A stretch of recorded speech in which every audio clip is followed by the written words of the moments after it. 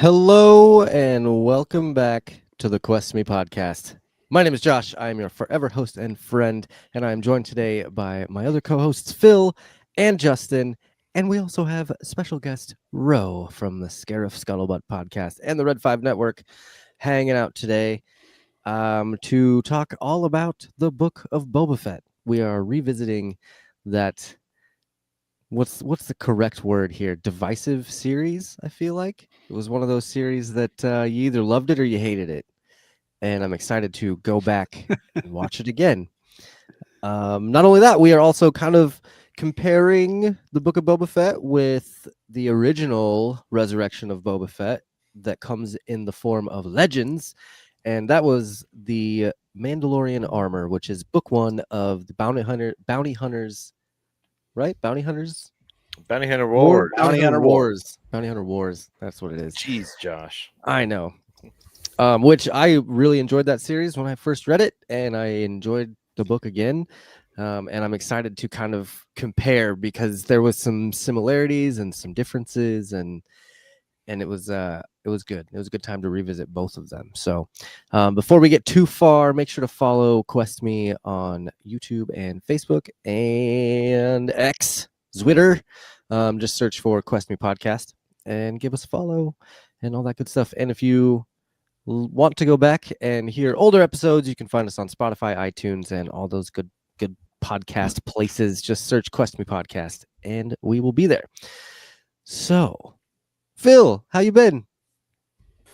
It's been a damn good week. Speaking of Star Wars, I got to go see Weird Al in concert on Thursday night, and he had a full line of stormtroopers with Vader, R2-D2, and C-3PO all behind him for his encore performance, where he did he play went from the Saga Begins and then segued into Yoda.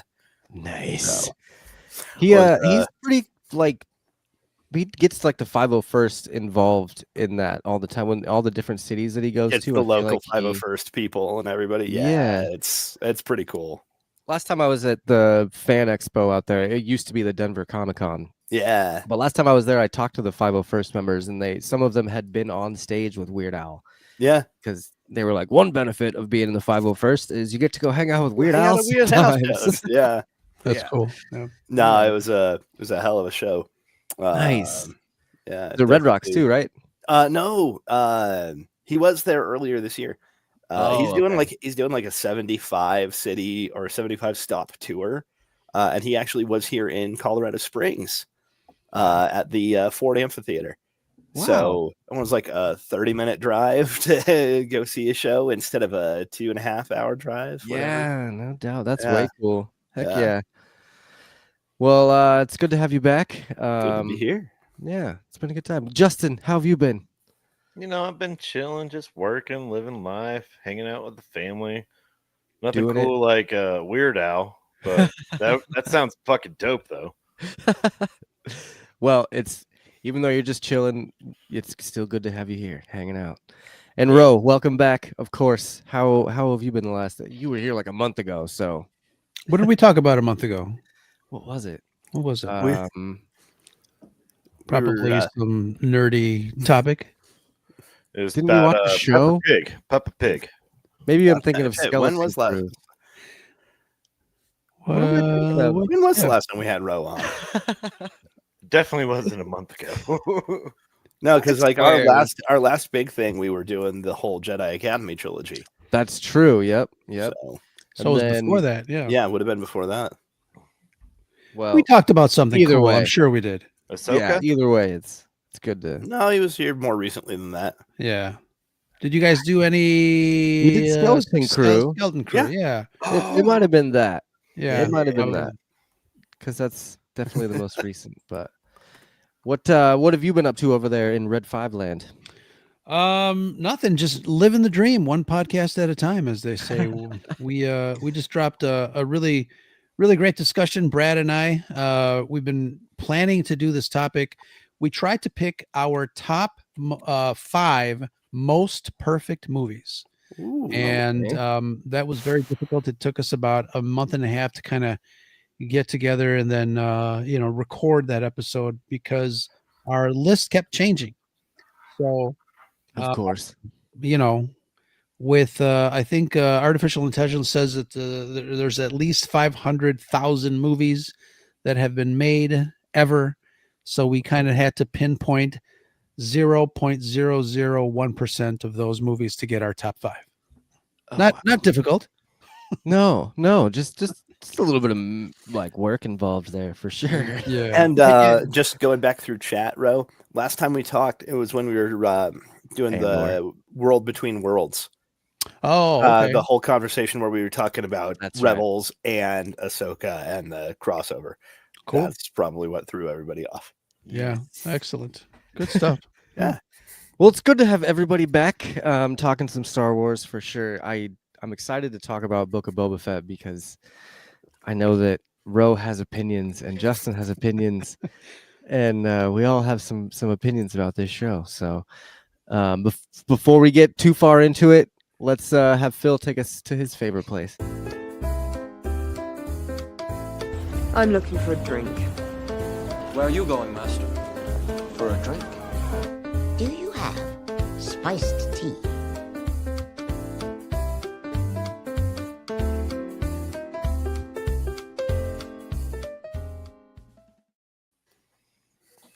That's right. It's a bar far away where Phil tells us what we are drinking tonight. I am drinking coffee, but Phil, take it away. So decided to whip up a little something in honor of our favorite bounty hunter. I am calling this a bounty head. It is equal parts lime juice and pineapple juice, velvet falernum, and tequila. And it is served in one of my favorite little skull glasses here. You have to have the skull glass. If you don't have it, it doesn't count. And it tastes different. It's so Yeah. good. It is served over crushed ice. So it's very much a tiki style cocktail. Okay. Wanted to do something that was kind of connecting to both the desert on Tatooine and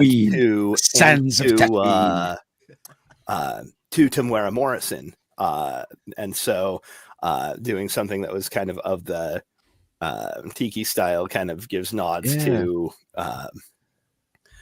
the Pacific Islander cultures.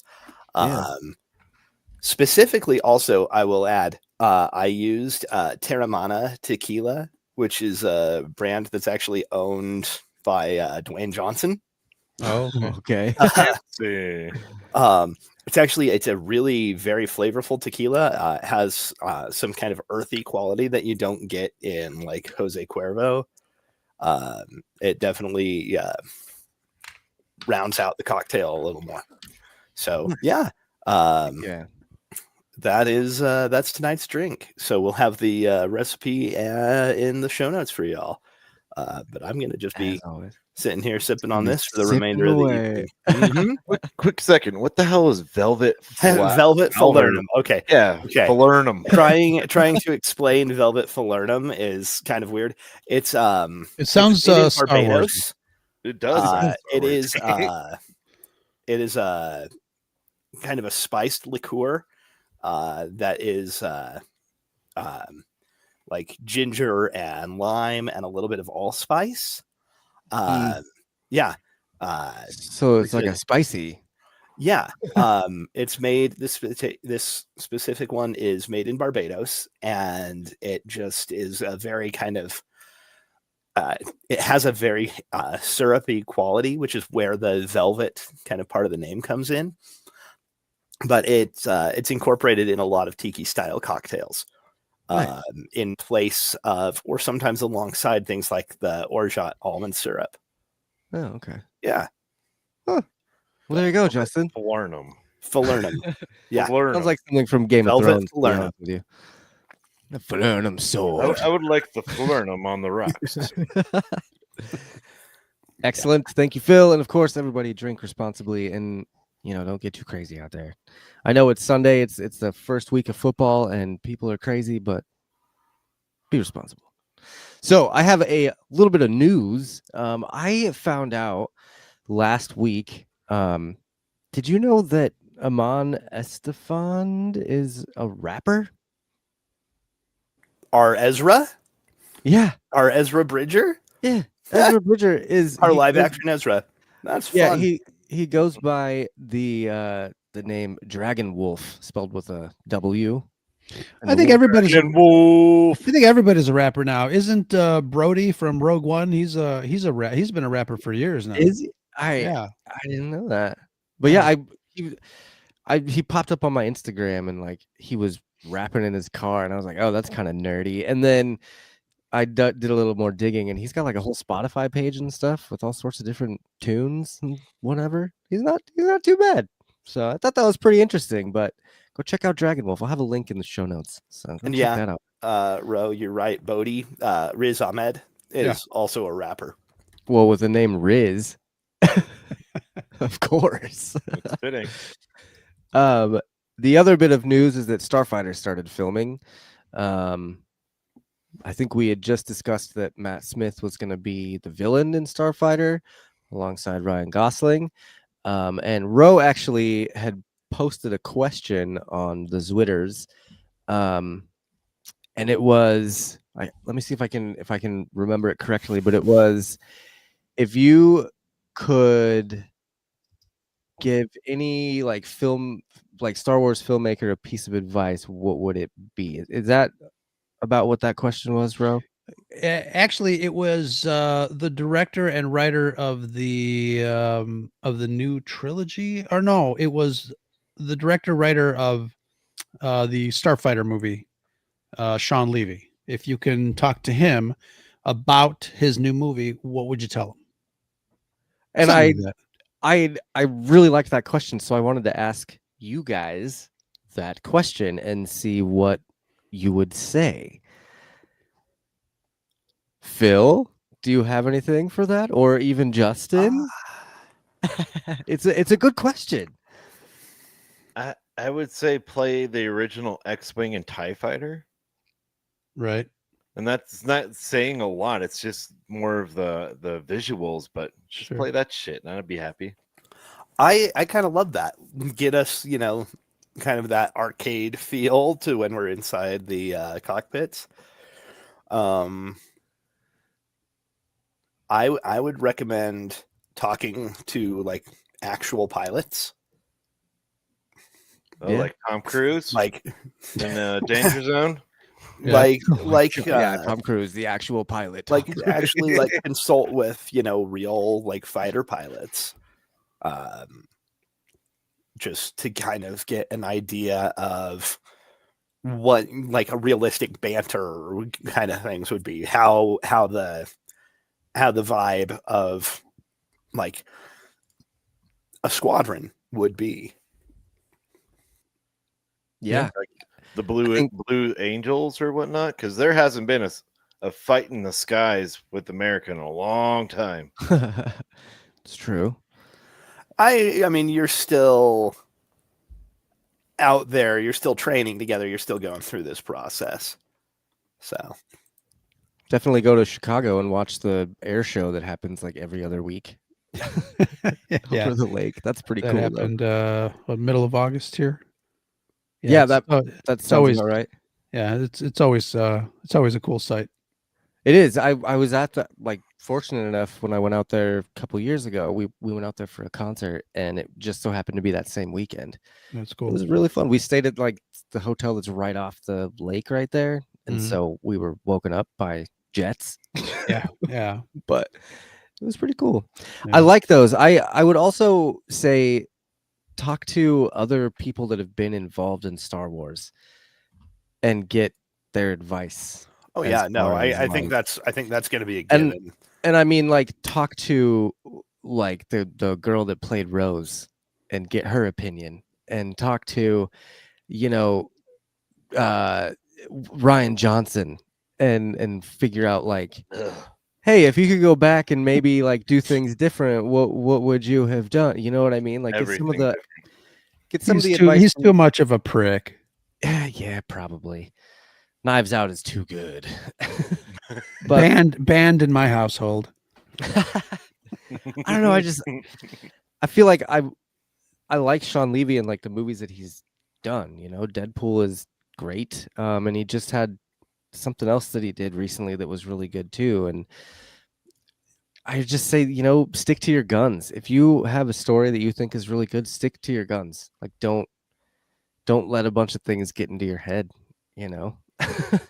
You know, the one thing that I would really tell these directors is to not pay attention to the internet as much as the internet pays attention to them. And I think you know, just be true to the characters within the story, be true to the worlds in which they come from, be true to the universe that George Lucas created, just to make it all make sense. One of the things that bothers me is when characters do stupid shit that don't make sense within the story, within the galaxy, within the universe that they are presented in. I think that was one of the biggest problems for me for The Acolyte, is that the characters just did stuff and they're like, you're thinking, why did they just do that? So I think, yeah, you know, stick to your guns is a good one, but I think, you know, I think make a really good story, hash it out, you know, do the research, the whole thing. Yeah, do the research, read some old books, and really, and honestly, don't cater to the fans to a certain degree, because I think when you do that, you get so much fan service. And I love fan service. Don't get me wrong. You get the Book of Boba Fett is what you get. Yeah. Sometimes you cross that line.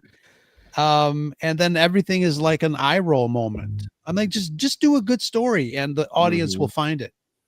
Yeah. Yeah. And I like all of those. All of those answers are great. And I really hope that it is a good story, like you said, that sticks to the world and the characters and the universe of Star Wars. It doesn't have to be crazy. I mean, Skeleton Crew was a great story within the universe that still stayed true to Star Wars. And space. Yeah, and it was again a fun ride. So yeah, I'm still excited for it. We'll see what happens. I'm sure we'll get some leaks here soon that everyone's going to start freaking out, but it'll still be fun. So, all right, let's move on to the Book of Boba Fett. I did rewatch the whole series again. Did you guys get to rewatch the whole series? Oh yeah. Okay. No, Ro didn't go back. He's like, No. nah, I'm good. He remembers how he felt about it. Yeah, really. He's yeah, I mean, I guess you could have just watched the last 3 episodes and pretty much gotten the best parts of the story. You mean Mando 2.5? Yeah, pretty much.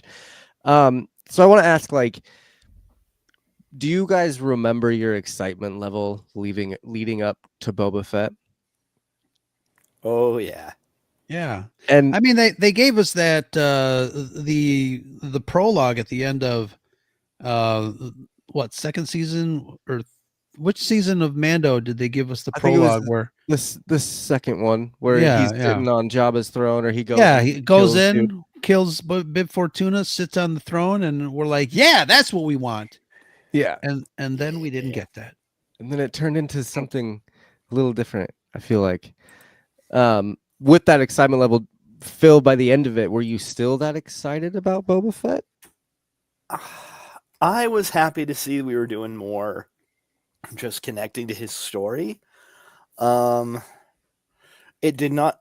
I'm still, and I said this when we talked about it the first time. I wish we'd still gotten more of the time that he spent with the Tuskens. I hate that they basically dropped that framing device with the flashbacks to his time with the Tuskens. And I know they did it because it's like, oh, hey, now they're all dead. Oh, okay. That to me seemed like they wrote themselves into a corner. And they were like, I "Shit, wish what do we we'd do?" gotten more of that though. So you wanted more Dances with Wolves? Yeah. No, I think it was an effective story. No, I agree. It was fun, but I think think anymore. I think we got, better insight than we ever would have otherwise gotten into the Tuscan people. Did Well, we need that though? Did we need that? Well, and I I think we asked that question now because it just didn't lead to anything. Yeah. It why couldn't we have one Tuscan Raider survive that was his, his bodyguard, his have somebody friend have or some whatever, connection to it still. His Vulcan skull, the gaffy stick around. Yeah, like the kid. Why didn't the kid Tuscan survive? And he could have kind of been that new Tuscan Apprentice, Raider, kind of like he would have been that character, that Grogu character that follows Boba Fett around. That's what we need. Another kid following Another kid. Yeah. I mean, we already have a lone wolf and cub situation going on with Mando and Grogu. So. Right. It seemed silly to me that they made such a huge deal out of it, all just to kill him off. But yeah, at the same time, they did use that to motivate Boba Fett later on with the biker gang and all that stuff. It sort of proved to his character that he's all about loyalty and for the greater good. He's building up his family again. Yeah. It also kind of shows that he really shoots from the hip and doesn't really look into things. He just goes, "Oh, they killed him. Yeah, I'm going to go kill that whole biker gang now." And not actually look into it. He just was on a road. He just needed vengeance. I mean, I'm still glad. I'm glad we got the story we did. Yeah. So, Ro, were you excited leading up to it? Yeah. Boba Fett is Boba Fett is one of those characters, you see him first time on the big screen, Empire Strikes Back, everybody loves him. They love the outfit, they love the mystery, they love the the strength that exudes from his, not only his outfit, but just tall, dark, and handsome, if you will. But I feel like the series went, Star Wars always talks about the found family concept, and I think they went too much into it. They dove straight into it. Found family. I got these Tuscans. Let's train with them. Oh, I'm so touchy feely. I didn't want any of that shit for a story in the Boba Fett series. I didn't want it. It was lame. It was nonsensical, and it was. And I did a show specifically for this series with Tim from the FS Popcast, and we talked about the concept. Went around that it was a bait and switch. They showed us the Boba Fett that we thought we were going to get. This guy, ruthless killer, blah blah blah. I'm taking the Empire, and then once the series got into it, it was completely different. Nobody wanted to see a touchy feely Boba Fett. Agreed. I mean, Cad Bane kind of said it the best. Yeah, at the end, you're soft. You're going soft in your old age, and I guess you could kind of harken back to, the original Clone Wars series with Boba Fett being a kid and how he didn't ever have a family or anything. His dad got killed when he was young, and then he got into the bounty hunter stuff, and now that he's older, he's like, I just kind of want to settle down and have a family. But I think as far as the fan goes, I think you're right, where most of us were like, wait a minute, isn't he supposed to be a badass? Which he was a couple times in this series. And but what's her name? And remind me of Ming-Na Wen. Fennec Shand. Fennec, yes, thank you. Her character was more badass than Boba Fett. There were some times where I want her to be him. Right. Well, she kept on reminding him all the time to be, hey, stand up for yourself, motherfucker. Yeah, exactly. Boba Fett. Yeah. What one of the things that I heard from folks at Lucasfilm was that they didn't want to create this series with another bounty hunter because it would confuse the audience. And I think that's why they switched up a little bit. You had the Mandalorian as a bounty hunter, and that kind of turned a little bit. But then they didn't want to introduce another series where this this other Mandalorian is Was also a being a bounty hunter. Yeah. Well, like, as a casual fan, you wouldn't know that Boba Fett isn't really a Mandalorian. He's got the armor, so he looks Mandalorian, and that's people are just going to assume that. So but who is this? You know, but again, who did they make the show for? Not casual fans. No way. True. There's no way. Although by the halfway point, when they brought the Mandalorian in, that's when it really, you could say it was made for the casual fans. Sure. Do you feel like halfway through the show they didn't really have a direction? They're like, well, let's just bring in Mando and close this. Yeah, you know what? I'd love to skip ahead 10 years and find out what their thought process was on that, because you know, 5 years ago everybody was kind of speculating that it was COVID related, it was production problems. They needed to reshuffle because something was going on behind the scenes. So I'm really wondering, it you know, and we all joked about around about it, you know, the whole, you know, Mandalorian 2.0 or, you know, the 2.5, right? So, yeah, that was kind of a really odd decision. It was almost like, you know, when a series goes on and then they introduce a storyline that's almost like a soft pilot for another show, like a spinoff in the middle of the show. Where obviously this didn't really need it because both characters are established. It was just a little odd. I don't know. I would love to, again, you know, who killed JFK and why did they bring in, you know, this in the middle of the series? That's the things that I would like to find out at the pearly gates. It really did seem like it was just a bridge, like, because they knew that in season 3, Grogu was going to be back with Mandalorian, and they had to find a way to explain that. You know, and that whole part, as Phil said, I think, was it Justin that said that it just seemed like they didn't know what to do. Yeah. And they brought Luke Skywalker in to train Grogu, and he's going to be there for a while and make his decision. And then they realized, oh, crap, we don't have Grogu with Mando anymore. What are we going to do? Yeah. And it does seem like halfway through the story, they're like, wait a minute, we have a problem. Yeah. Well, and they, just like as soon as they killed the Tuskens and they knew they were going to have this war, they were like, well, what do we do now? What characters are actually going to come support Boba Fett? Because there's not very many out there, I feel like, that would do that. Yeah. So they had to, you know, I guess we'll just throw Mandalorian in there, right? I mean, I feel like they could have got rid of Mando and then brought in some old callbacks like Zuckuss and Dengar and Bosk to really. And I could have picked up the phone and said, "Hey, Bosk, I need you." Yeah, I understand that they were playing around with trying to bring in characters from new canon too, which is why we see like Chrysanthemum and some of our other folks showing up. Hey, I'm all down for Black Chrysanthemum. Special K, as I call him. That just gives it means that Dr. Aphra can come in. Canonically, she's around there somewhere. Yeah. I mean, I would have much rather taken Dengar coming and helping, or Bosk, or IG-88. I would much rather have had those guys than the biker gang that we got. Yeah. The Vespas? Yeah.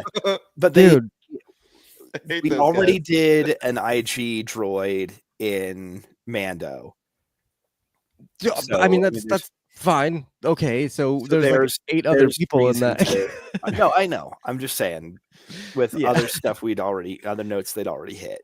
So here's one thing that I heard from some of the folks that might have a little insight into the workings of Lucasfilm post sale of Star Wars to Disney. One of the biggest reasons that they don't do that is that they want to establish the characters in Star Wars post sale and not rely on the George Lucas characters. Because here's one thing that George Lucas is still very a part of, is if somebody buys an R2-D2, obviously most of the money goes to Disney, but some of that royalty money still goes to George. If somebody buys oh, come on. No, it's true. It's true. And if somebody buys, and if somebody buys, they're being cheap. Yeah, they already gave George $4.2 billion to George. They don't want to give him any more, but he's still the stockholder, but they want to keep as much as they can. That's how companies stay big, and that's how companies get big. That makes sense. That makes so much sense, and that's why you don't see as much merchandise like toys on the shelves anymore. But the interesting thing, I mean, when The Last Jedi and the rest of the sequel trilogy came out, I mean, how many Snokes did you see in the clearance bin at Walmart? Nobody was buying it. You still see them, the Rose Ticos and all that stuff. But you put a brand new box with a stormtrooper or a Luke Skywalker, and those fuckers fly off the shelf. That makes sense. And so all the characters that Disney has created, none of that money goes to George. It's just the legacy characters. So that would make total sense as to why they're coming out with like the Acolyte. And that's one of the biggest reasons they didn't do Star Wars Land and Disneyland as the OG. They wanted why Galaxy's the new order. Edge is all new stuff. Wow. I see that as just acting petty. Well, like I'm a fan. I just see that as being petty and greedy. But they're just mad that they haven't done anything as good as Lucas did, and that includes Episode 2. So I mean, Lucas wasn't great. He was more nostalgic, but I'd rather watch Attack of the Clones than The Last Jedi. True. True. So, I mean, it is what it is. I mean, you take a look at the Star Trek world, the fans of that franchise, and you've got the Paramount and the CBS situation where it's spun off into different world between worlds, if you will, prime timeline and all that stuff. And it's because one can't really step on the other's agreements there, and it's unfortunate because the stories suffer, and in turn, it inhibits the fans the writers. suffer. It inhibits the writers to create the best that they can. They have to create the best that they can within the confines of the agreements that were set by the studios and the creatives, and it's unfortunate. Wow, I wonder if that's why so many people, because we see a lot of writers come in for Star Wars and leave. Writers, directors, they get hired for something and then leave. I wonder if that's due to that. These guys come in with this idea that they're like, I want to use Bosk, I want to use these characters, and they're like, actually, can you make a new character? The authors even who are writing in like the new canon have a lot of restrictions that they have to write around. Which honestly, the fun thing for a lot of them, that's part of why they've been focusing on like the High Republic era. It's because that gives them a lot more flexibility to create characters, to play around with new stuff. Like, Yoda's still alive at that point, but he's like the only character we know who is canonically alive at that point. I think if they really wanted to do that, and I was just talking to my girlfriend before we started recording about this, and I really think that they're planning on taking Grogu and flash forwarding 500 years to where Grogu's an adult. He's got a lightsaber and Mandalorian armor. Now there's a story of Grogu, which is an original Disney character that now they're 500 years past the Skywalker saga or anywhere near it, and they can make whatever they want, but they stick with Grogu. It's hilarious to me because Grogu, a new Disney character, who does he look like? Exactly. Yeah.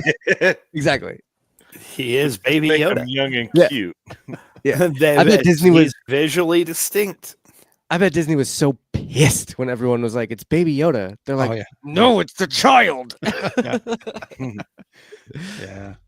Yeah. That's But I mean, honestly, that's in my head. I feel like that's the best way to, if you really want to shift forward and do your own thing, take the character that you've already made and made a ton of money with, and go forward. You can kill off Din Djarin at the end of whatever this saga is, and then the next part of the story is Grogu 200, 300, 400 years in the future, you know? And then we all get our awesome Mandalorian Jedi story that would just be chef's kiss. Hopefully. I agree. So I don't know. Anyway, back to Boba Fett. Did we need this story?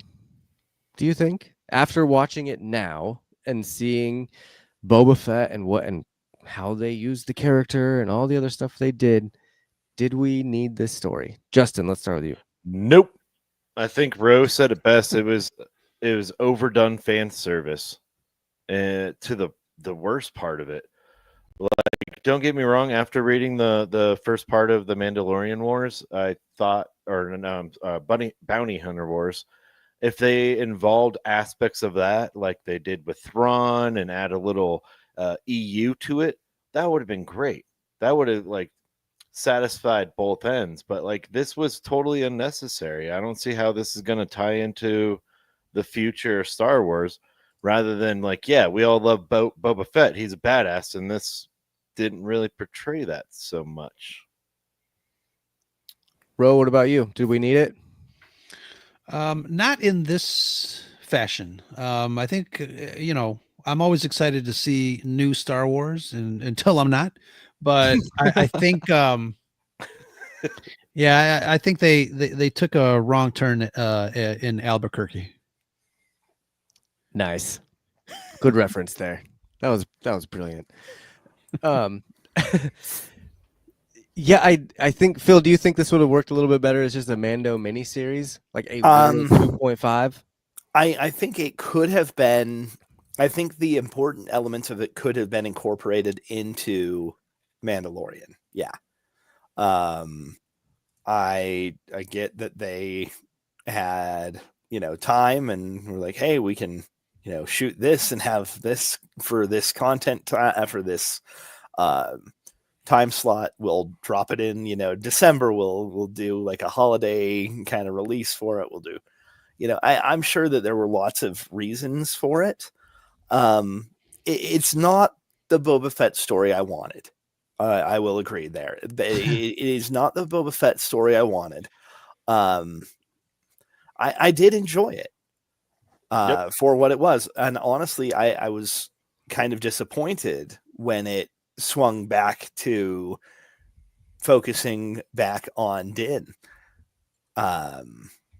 I wanted more of what we'd been getting so far. And I think that, could have done more with less, I guess.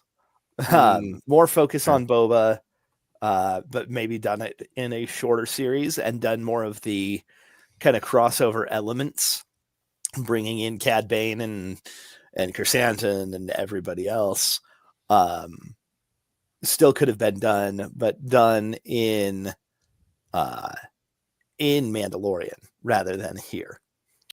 I tend to agree with that, especially after watching it over again. You could have, again, the Tuskens made no sense. There was no point in having them there. So why not just add 3 or 4 episodes to season 3 of Mandalorian, and the first arc is this Boba Fett arc, where Boba Fett comes to ask Mandalorian for help, and that's all you need to know, because who cares about everything else, right? I mean, that by the end of this, it seemed like that's kind of, and then you can still incorporate the Luke story and bring Grogu back and all that stuff, and it would just be Mandalorian season 3. Now some of this had been set up way back when Chuck Wendig first wrote the first Aftermath novel, because he was the one who created Cobb Vanth. Mm-hmm. True. So the idea of this other character taking on the armor was you could still do all that, because that was just Mandalorian season 2. Oh yeah, no, Boba Fett shows up there, so it's like, I know. I'm just saying that having more of that plot line involving Boba Fett is where this all came from. Yeah, I mean, they couldn't have entered Boba Fett out of the right field.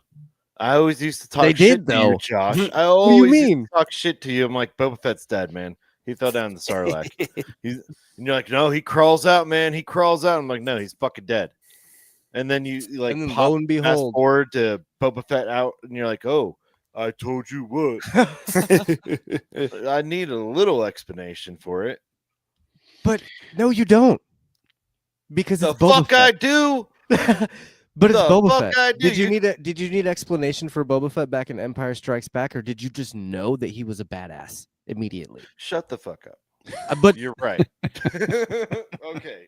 I will say, as a kid, I would have picked up any book that had him on the cover. absolutely, and I mean that's how we read the Mandalorian armor back in the day, was because you were like, "What? What do you mean?" That and the Tales of the Bounty Hunters, the little story Yeah. anthology, all the Tales from Jabba's Palace, all that shit. Now, we've kind of been covering a lot of the negative aspects of this show, but there was a lot of really cool things with this. I mean, going back to our first review of this, we got awesome new characters and creatures. You know, we had this guy with the Goro looking dude. We got a little more of these characters. Robert Rodriguez voiced the mayor, and it was cool to see like how they communicated and stuff. We got this scene, the one that's our background. Oh, your And favorite. him actually taking the ship and blowing up the Sarlacc.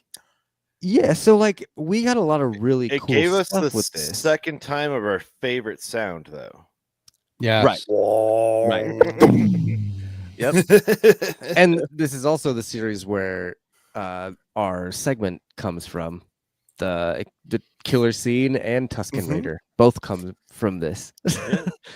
But no, I think as far as like the Star Wars, you know, just overall actiony and just kind of fun of Star Wars was in Book of Boba Fett. Like we got some the train scene was a lot of fun. You know, even the stupid like him showing them how to ride a speeder. I knew exactly what scene Like- you were going to go for. I absolutely hate Like a that bad gift. It's terrible, but it's also like it's cheesy. It's Star Wars cheesy, which I appreciate, you know. Were there anything like any scenes or anything? We'll start with Ro that stuck out with you as like, okay, the story kind of sucks and whatever, but I really, really liked this part. You know, there are maybe I can't remember like specific scenes, but you're right. There are certain things that were like, oh, that's so cool. Obviously when Cad Bane entered the picture, it was really cool. I wish we got more. I wish we got more, but then you know, this entire series was fan service. Like, here, fans, remember playing with these toys? Yeah, it's but it didn't go anywhere. It was more. It was empty calories, unfortunately. I love that. Empty calories. That's a great description. I don't know. Like I said, there are a lot of little things peppered into the series that were cool, but really didn't mean anything at the end of the day. So, you know, I called him Special K. I mean, he was a great character. Loved him.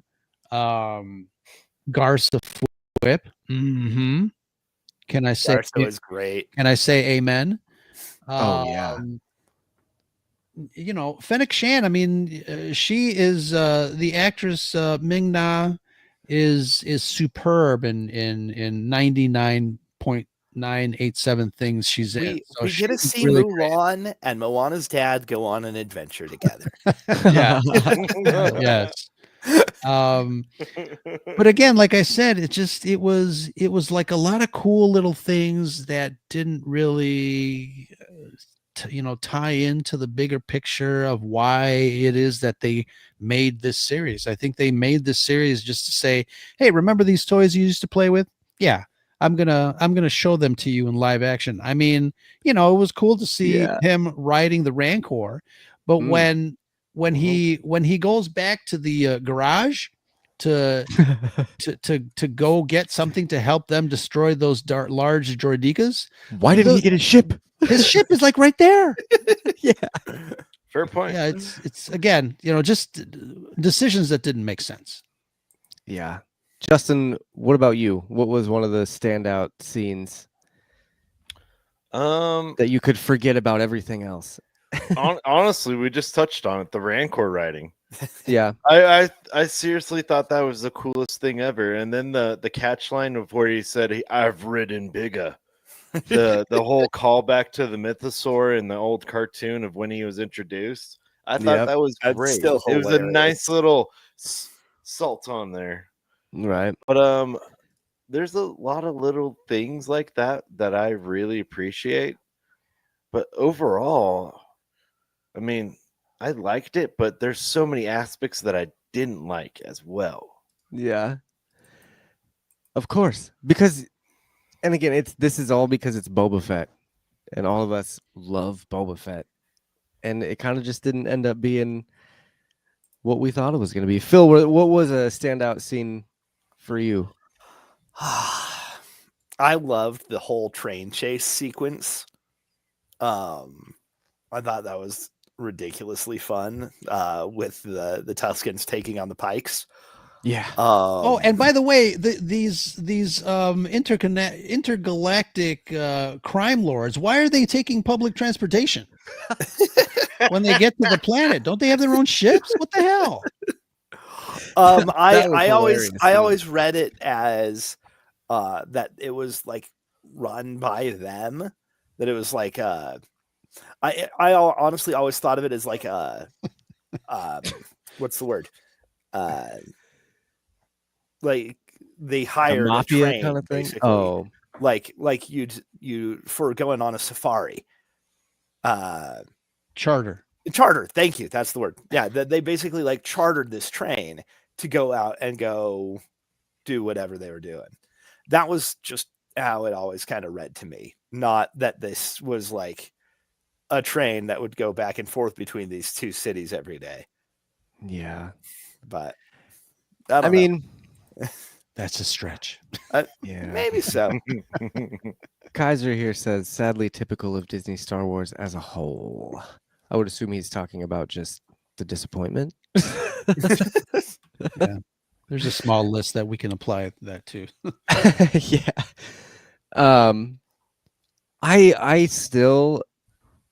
I love this scene.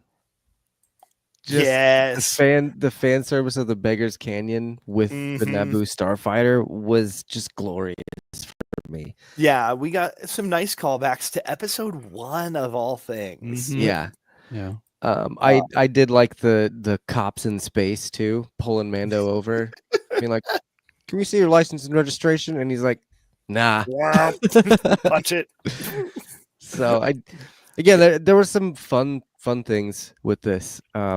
But by the end, because again, second time watching it, you have a little bit clear of a head. I think the shininess of it being new is worn off, and you have a little bit more of a critical look at it. At least I kind of did, and it was pretty boring up until Mandalorian showed up, and that's kind of what I felt. And then once he showed up, everything cool happened, because you get the scene with Grogu. Like, this is one of the best scenes with Grogu in it, and not just that, but he takes out one of them droids. He pulls the screw out of one of the droids, and like he has some pretty cool stuff that he does. You got the whole scene with Luke and Ahsoka, and like I would have much rather had a series of Luke and Ahsoka and Grogu to get some of that story, because I think there's so many questions there for me, and I don't think we'll ever really see that. But what bothers me about Grogu in general is we don't know what his end game. He's 50 years old. Obviously, he's still a child. Where are we going with him and Mando? I mean, obviously, we're getting a movie next year, but I don't see. It's going to take a while for Grogu to be a teenager. even to be a young adult. Like, what do we do? Mhm. What are we doing with his character? I mean, talk about a character that was made to, to sell these guys. To sell. Yeah, I got one of them. It was, Me too. it's cute, of course, but it's like, where are we going? And I think that pigeonholes the story, going forward, because it's always going to be, what did Phil call it? Pup and what was it? That terminology you used? The The baby and the adult. The lone wolf Right. and cub bit. Right. Yeah. Oh, Yeah. It's always going to be that until Grogu does something or jumps ahead like 100 years, 200 years, Exactly. because That's what I'm it's always saying. going to be that, Yeah.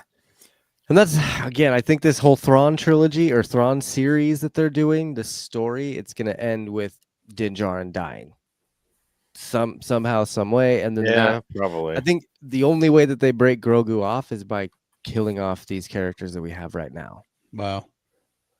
And honestly, I'm here for it. Yeah. Yeah. I mean, that'll shake things up, but I think, I almost want to say that would upset like casual fans or fans that have never seen a Star Wars, and the Mandalorian is like the first thing that they saw on streaming. Mm-hmm. And what I'm getting to that age where I'm seeing a lot more people who have never seen the original trilogy and only know Star Wars because of the streaming shows. Mhm. My ringtone on my phone is R2D2, and people are like, "Oh, what is that? What is that beep?" I'm like, "Oh, Oh no. get We're out of hitting me." that age. Yeah. We're getting to that point. Yeah. And yeah, there is a lot of Horrified. I'm horrified by that. You should be. Kaiser says, I meant that the series relied on the fan service and nostalgia factor to reel us in when it was just Mando 2.5. Sure. Absolutely. Yep. Mm. Yeah, there could have been a lot better. Yeah, and again, there are a lot of like little things in the series that are like, "Oh, that's cool. Oh, that's cool. That's cool." But when you put it all together, it wasn't enough to obviously it wasn't enough to get a second season, but it wasn't enough to titillate the fans into really, clamoring for more, wanting more. Right. I mean, I personally didn't rewatch it until we had to have this discussion, and that says a lot. Yeah. I love don't the generally scenes with rewatch Luke. a lot of stuff unless we're going back for this, though. Like, Yeah. What? like, I'm not gonna go back and rewatch like You don't an do entire a season of. I don't know. You don't do like, oh, I'm sick on it. I'm sick today, so I'm watching the original trilogy, the prequel, and That's different. sequel. That's normal. I tend to spend my sick days reading, but Oh, see. Shut up, Phil. Nerd. Right. Hey, guess what? Shut up, nerd. Guess what? Guess what? You know what? Yes. You know what Disney? You know what Disney can't take away from me? Books. There you go. It's true. It's very They're true. still there. They're still there. Yep. Physical media. Canon or no canon? And I go back and watch some of these, and it's just certain scenes or certain episodes, Sure. because Had my I favorite like Star Wars canon. those. But what was that? I said these books have my favorite Star Wars canon. The Legends, you mean? No, Daharhan. Oh. I think it for a fan service, it was a good show. If you wanted just fan service and that's it, Empty you calories. probably enjoyed it. Yeah, but if you're looking for some crazy story that's gonna knock your socks off, it was not that. The last episode had great battle scenes. That final face off between Boba and Cad Bane was awesome. Mm-hmm. Even Talking when shit Boba about kills how he him. got his dent. It was. I loved that part. Mm-hmm. Yeah, they They did again. It was interesting that it things. was tying in that it was relying so much on the animated stuff too, though. Yeah, I do remember hearing complaints about like, who's this Cad Bane character? I don't care. Yeah, I've never seen him before. Because And their relationship is only in the animated work. Yep. True. And very brief too. There wasn't a lot of episodes with Boba and with Cad them Bane together. So I mean, there was a good amount of Cad Bane episodes, and then we get, I think wasn't he in Rebels too? I think he shows up in Rebels at some point. Mm-hmm. I think so, yeah. So it's Cad Bane again is in animation, but if you never watched animation, then you're not going to give a shit. He looks cool, but you have no ties there. So, yeah, it could have been better. I still think Boba Fett's going to come back. Oh yeah, I think he'll show up in The Mandalorian and Grogu, that movie. Oh, he definitely with a terrible title. And if not there, he'll show up at some point to help fight Thrawn. You know what I mean? Slave One will be I guess it's not the Slave One anymore, but whatever his ship. What's his, Boba Fett's Starfighter? The fire something, the fire star, or something. Fire spray. Stupid. That was always the name of the ship, the name of the model. It was always a fire spray. Okay, technicalities, but it's always been the Slave One on all the boxes. Yes, I still have a box up there that says Slave One. Yes, I but have there the are Lego some Man things that we don't need to keep using. Galaxy far, far away. They're gonna have slaves. Anakin was a slave. Come on. Yeah. And he was freed within how much time of being introduced? Yeah, all right. Jeez, whatever. Ro, what's your experience with Legends and those books and stuff? Have you read a lot of those books? No, not a lot. And books I wish I read more, but I get distracted. Like I'll open up a book. I've got like 4 or 5 different books that I've started and then I've just like put away. It's because I get distracted. I'll read an entire page and at the bottom I'm like, what did I just read? So I'd have to go back. I'll start thinking about something else that I could be doing, like editing or creating graphics, and I get really distracted. I wish I had more focus to read more. I would love. Sometimes I'll go into a bookstore. And I'm like, oh, I'll buy books because the covers are cool, and then never open it. That's me. Yeah, I do. I'll do that with albums, with comic books.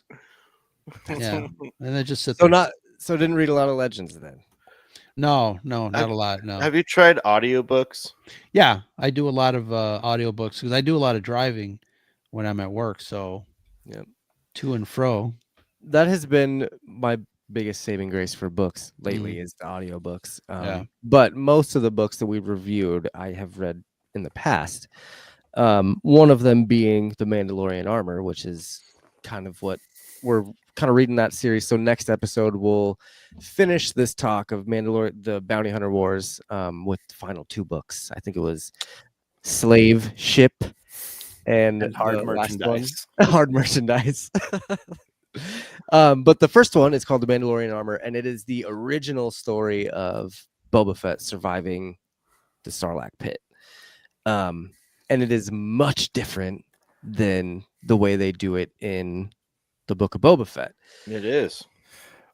Justin, what did you think about how he survives in the Mandalorian Armor compared to the Book of Boba Fett?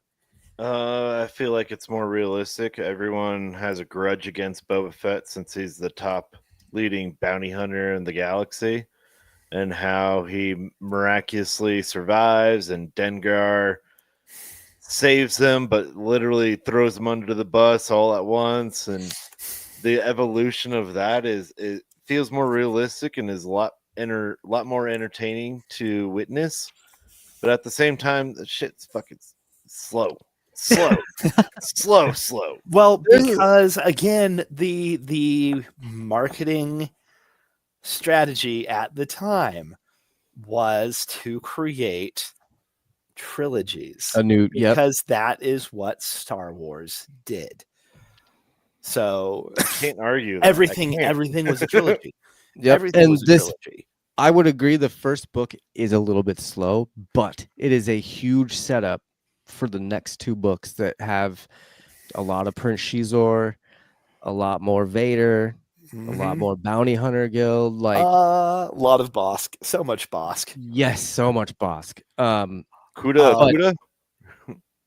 Who? I like that we got to Kutat see or Kuda or whatever Kuat. his name. Kuat. No, Kuat of Kuat. Kuat of Kuat. That's such a weird, It's such a bad weird name. character. But I love him. Just I think he is a more effective villain than our director. What's his name from the Jedi Search? The guy who was overseeing Maul installation. Yeah, Yeah. the Imperial dude. Yeah, who Yeah. the director of Maul installation. Yeah. Is it He was now he was intentionally like written to just be this bumbling bureaucrat, but right. you know, But still. Yeah, I think I liked the way that Boba Fett came back in the book a lot more. Yeah. Because he came out like actually fucked up from the Sarlacc pit. Yeah. Like he lost his armor. He had to blow the thing up. Well, get I mean, out of if you go back even further to the short story that was in the Tales of the Bounty Hunter. Yeah. Or whatever. Yeah. If you go back to that, he had lost part of a leg in that version of things. They toned it down even from there to Mandalorian armor. That got toned down a bit even there. I do find it's very interesting to me that the Book of Boba Fett compared to the Mandalorian armor, it's got the same structure where you're seeing things from the past and then you're seeing what's happening in the present. Oh shit, you're right. And so like in the Book of Boba Fett, we get the flashbacks with Boba Fett when he's in the back to tank. Right. And so but instead of having a back to tank in the Mandalorian armor, he's got Dengar, who's kind of nursing him back to health. He's pulling him across the desert with the girl from Jabba's palace. Yep. And kind of nursing him back to health. And like that's her name, Manaru? Mila. Oh no, Mila. But I also really liked the description of the Sarlacc pit. Because it ends up like to me, I imagine that the Sarlacc pit is one giant creature that goes throughout all of Tatooine, and there's like multiple pits. Tree? There's like multiple pits, and one big heart at the center of all those pits, and it's like that's what the Sarlacc pit was, instead of just this weird creature that was in the Book of Boba Fett. So you see it as one giant organism, like an aspen tree. Kinda, yeah. With little sprouts and shoots coming up. Yeah. Because that's kind of what happened. Like they pulled, or Boba Fett got out of the Sarlacc pit, and then later on in the book, they went into a cave that was part of the Sarlacc pit, or part of that Sarlacc, and then they had to kill more of it. So anyway, there was just a lot of similarities in that aspect. Now, when it comes to Boba Fett and the action that he has in the Mandalorian armor, there's not a lot because he's unconscious for like the whole book. Yeah, and it's so much more setup for everything going on with Bosk's takeover of the guild. With and then you have Kudar Mubat. Kudar Mubat was the assembler, the spider. Yeah, the giant spider that Boba Fett talks to. The original contract holder. Yeah, one that basically set up the fall of the Bounty Hunter Guild. Yeah, and gave him money to infiltrate it. Yeah, I like thinking about that giant spider creature and seeing that in a show. I would love that more than seeing this.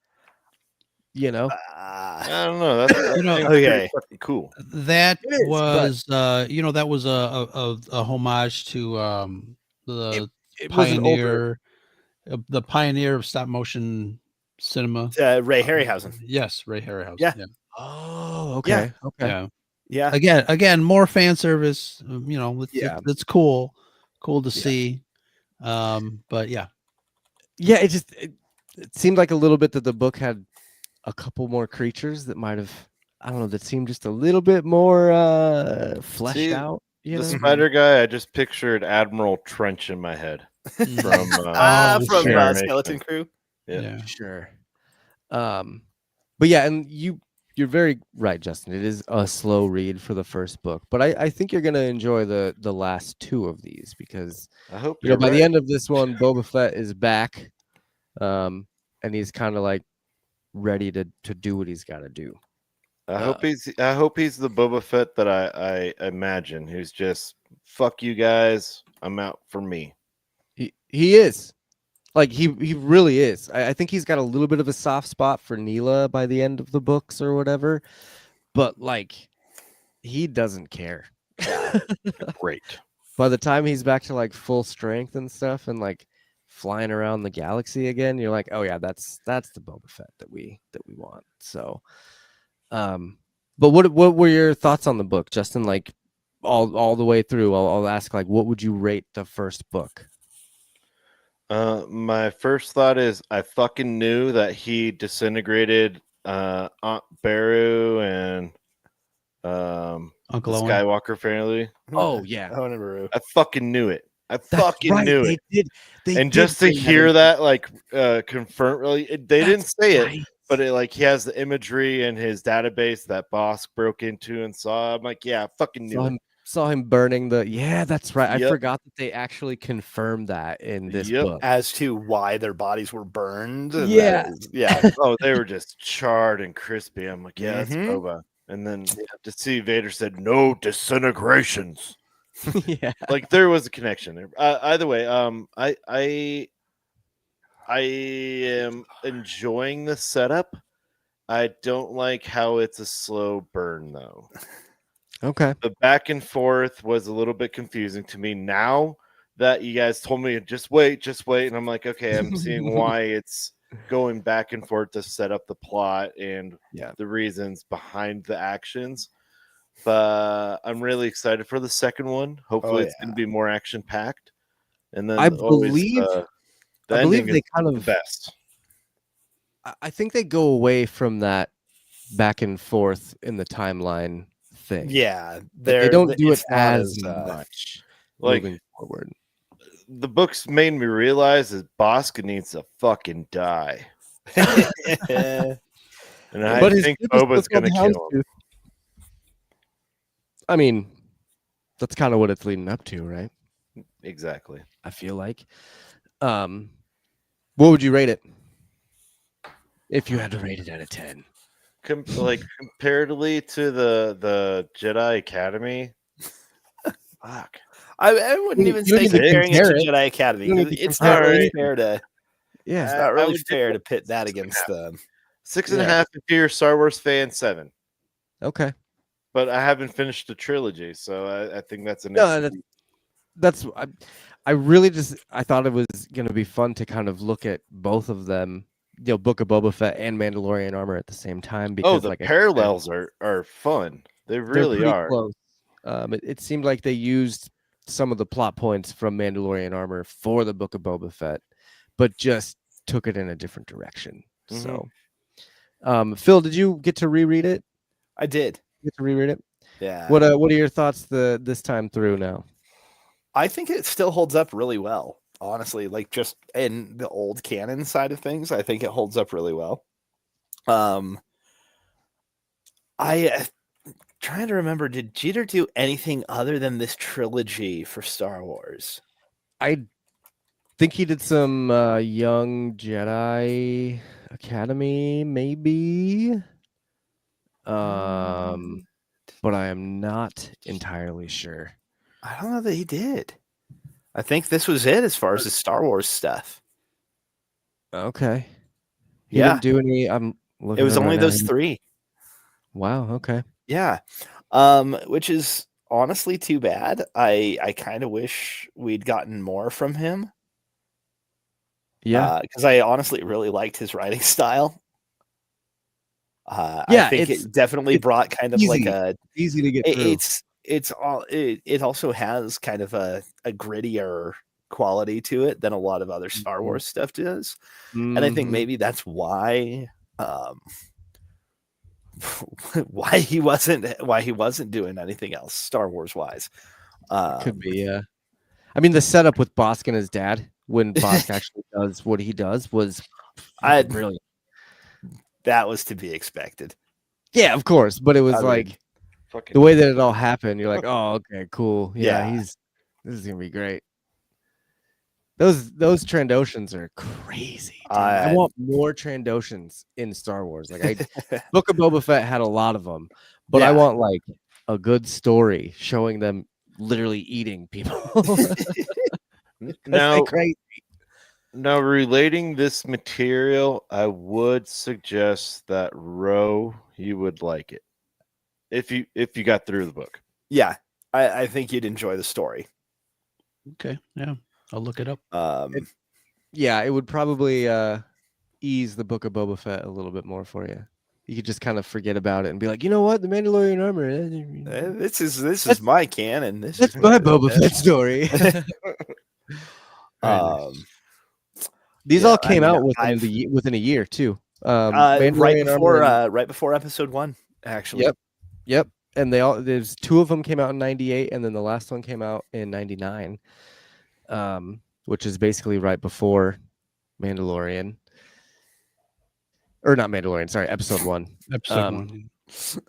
20 years. It came out after episode 1. Holy cow, it came out in July of 99. Book 3 came out, after the movie. But the first 2 were out already, though. I just found it on YouTube. It's 11 hours long. Yeah. There is an abridged version on Spotify that's like 3 hours. Oh, no, give me all the 11 hours. Yeah. No, it's good. I mean, you should. Dang, I wonder if that's why Jeter didn't write any more Star Wars, because he wrote these 3 books and then episode 1 comes along and just kind of screws everything up. I didn't change anything for him at the time, though. Yeah, I guess right. I haven't finished the last 2 books yet again, so I kind of am curious now to see if there was anything that the episode 1 would have negated from this trilogy. No, we'll get there on the next. I'm gonna write in my notes right episode now. 2.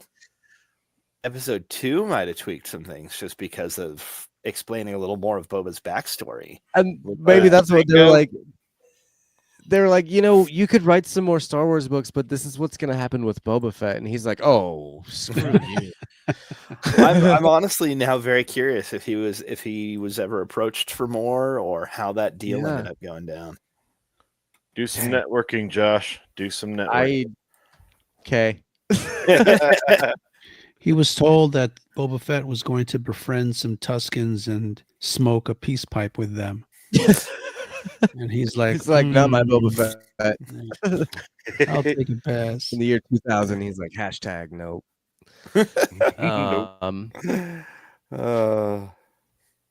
Well, no, I didn't get a rating, Phil. What would be your rating? I'd give this one a solid 8. Okay. Yeah. I'd be right in between you and Justin, about a 7.5. Just because it was, even the second time through, it was a little bit of a drag to get through at some points. There is some good action, especially when you get to like the Bosk story and like, Sarlacc. the Sarlacc pit with Dangar and stuff like. There's some cool action scenes, but it is a lot of setup. A lot of setup. A lot of character building, and a lot of like, even you're learning about where the Bounty Hunter Guild is and what they do and that stuff. So it's a ton of setup. But like I said, I think, Justin, you will be satisfied with books 2 and 3. So, I certainly hope I have my O face. I think if I wanted to ask one more question, Justin and Phil, because Ro, you haven't read this book yet, but after reading the Mandalorian armor, what would you say the Book of Boba Fett could have done better? Phil, let's start with you. Bringing in those classic characters, bringing in and again, I know we already talked about this with Ro. why we didn't do Blows that. my mind, and but it makes so much sense. Sorry. But yeah, bringing in all of the other bounty hunters that we saw there on the bridge in Empire Strikes Back. Bring back Zuckuss, bring back 4LM, Bosk, Egg 88. Play with, they could have played with, at least including Dengar. I don't know. It's because of them having to work with the new canon and with how they're, working around all of the various, rights to George and whatnot. I don't know. I don't know that there's much that realistically they could have done differently. And then they couldn't bring in, book concepts because then they'd have to find the authors and then pay them money. Yeah. Yep. So you can do things in kind of broad strokes and, little Easter egg references to shit. But yeah, it's a tough line for them to walk. I don't know that there's really much they could have done that differently. Timothy Zahn is why just we're getting rolling it right now. It's why we were getting, more of stuff with the Pike Syndicate and not Black Sun. It's True. why, That makes sense. Yeah, it's why we're seeing all of these other all of these other crime syndicates instead of the ones that Crimson were established in the books. Dawn. Yeah. So I'm surprised we didn't see Kanji Club. Oh my god, no shit. Oh, So that would have been stupid. disappointing too. But yeah, so they would have to pay Timothy Zahn now because they're using Thrawn. Oh Like, yeah, he's gotta be. I heard he's also been I heard that they brought him to consult. So he and they is had getting a him paycheck. in, and they had him write a new Thrawn trilogy for the new canon. He's written new Thrawn books Right within the new canon. Dang, he got So lucky. I mean, all those other authors are pissed off, I'm sure. I mean, they can Well, understandably be upset. some of them have publicly said that they don't want to come back to work for Disney in this aspect because of how controlling and awful they are. Yeah.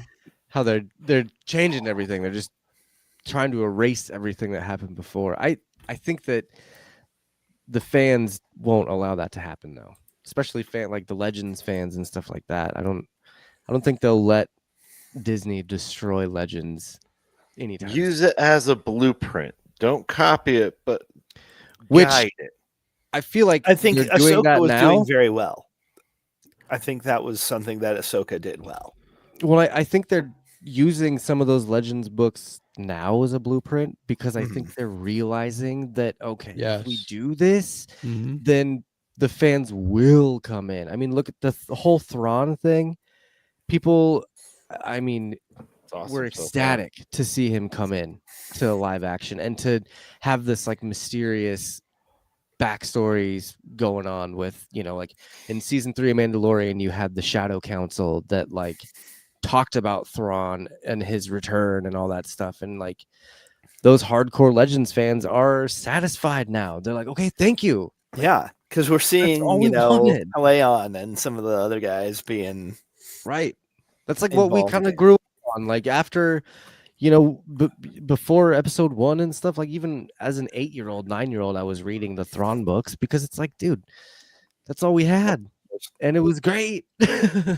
So I don't know. Justin, what would you say if after reading this Mandalorian armor, if Boba Fett better? Honestly, I would just agree with Phil. Yeah. I want some of the OG characters and see them tied into it like the book. But he much more elegantly phrased it. I think I would just want Boba Fett to be more of a badass. He did have moments in Book of Boba Fett, but as Ro had talked about, like we've always imagined him as being this unstoppable force, and he didn't really seem that way. And I will say we that reputation. That's fan created for sure. Fan create. I mean, he stands there and he looks badass, and then he gets taken out by a blind man. Listen, Shut up, Phil. listen. The Force works in mysterious ways. Okay, I am saying this as a diehard Boba Fett fan. yeah. No, I get it. That version of the ship sitting up there in Lego. I mean, Jango Fett was, if you just compare on screen time, Jango Fett was much more of a badass than Boba Fett was. Yeah, he was. Until he met Mace Windu. That was That's rough. fair. That was a bad day for him. It was a bad day for jetpacks. Yeah. I mean, think about that. They both get taken out because of their jetpack not doing what it's supposed to do, and it does. Well, I guess the lesson Never thought about here that. is don't use a jetpack. Django can't escape from Boba because his jetpack gets damaged, and Django can't escape from Mace rather because his jetpack gets damaged. And did you ever see the alternate version of Django getting killed? So another falls out. No. That happens anyway. But the alternate version where Mace cuts off a hand, cuts off an arm, basically chops off a leg, and then cuts off the head.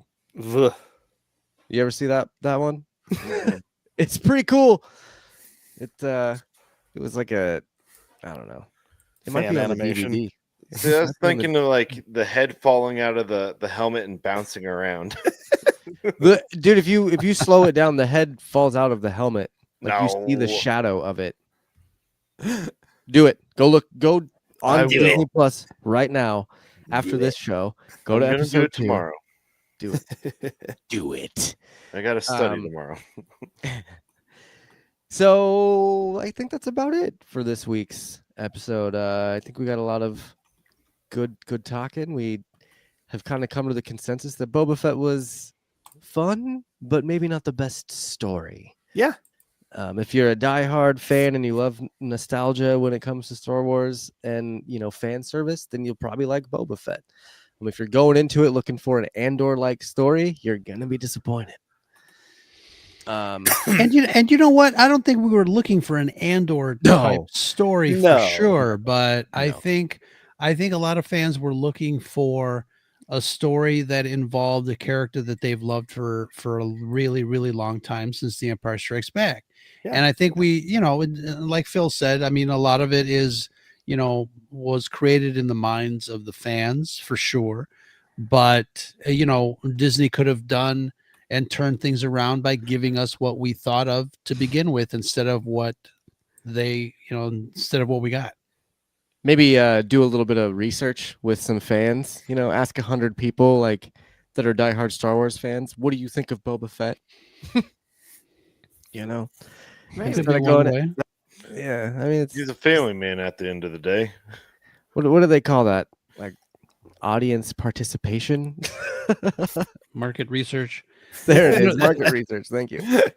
The thing that bothered me too at the end, the last episode, when him and Fen were walking in the town and he's admiring the stuff that he's done, and then at the end of the day he's like, I don't want to do this.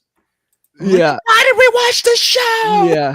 He's like, I'm pretty over this, actually. I don't really care anymore. I'm tired of bowing. Because it's setting it up so that he can go off again to go do bounty hunter kind of shit. To help Mando. Yeah. Well, I think that's about it. Ro, you want to give us some plugs about what you're doing with your podcasts and anything new coming up? We just released top 5 most perfect movies. Go check it out. It's enjoying some good numbers and some good listens. So thank you very much for that. But just look for us, Scare Podcast, wherever you download your other favorite shows. We are part of the Red 5 network. For the rest of the gang, bio.link/Red5. Sweet. And of course, that link will be in the show notes. So if you're listening to this in podcast land, go click on that link. Give him a follow. Click it. Quick question. Is Empire on your list? Well, So the criteria for us was Oh, we no.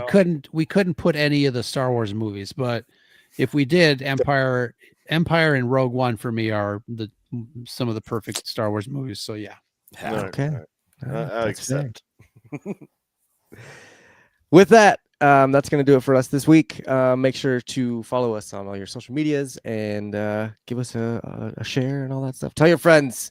We love talking about Star Wars, and we do this every other week. Normally on Sundays we go live, and our episodes come out on Tuesdays. So what do we got coming up next? I think we got Vision Season 3 coming up here soon. But right now we are completing the Bounty Hunter Wars, and then we'll go from there. So I think we're going to stick with some more Legends material and some more rewatches, some more revisits of old Star Wars. I guess not old, but Hey, revisits of Star Wars shows. We still got to do Mando Classic. Season 1. I think that's next. I think that's I'm pretty positive that's going to be next. So yeah, give us a follow and get ready for those things coming out. We have a lot of fun over here. Yeah. So for Quest Me, I have been your host. I'm Phil. Justin. And I'm Ro. And of course, my name is Josh. We're going to talk at you in a couple weeks. May the force be with you.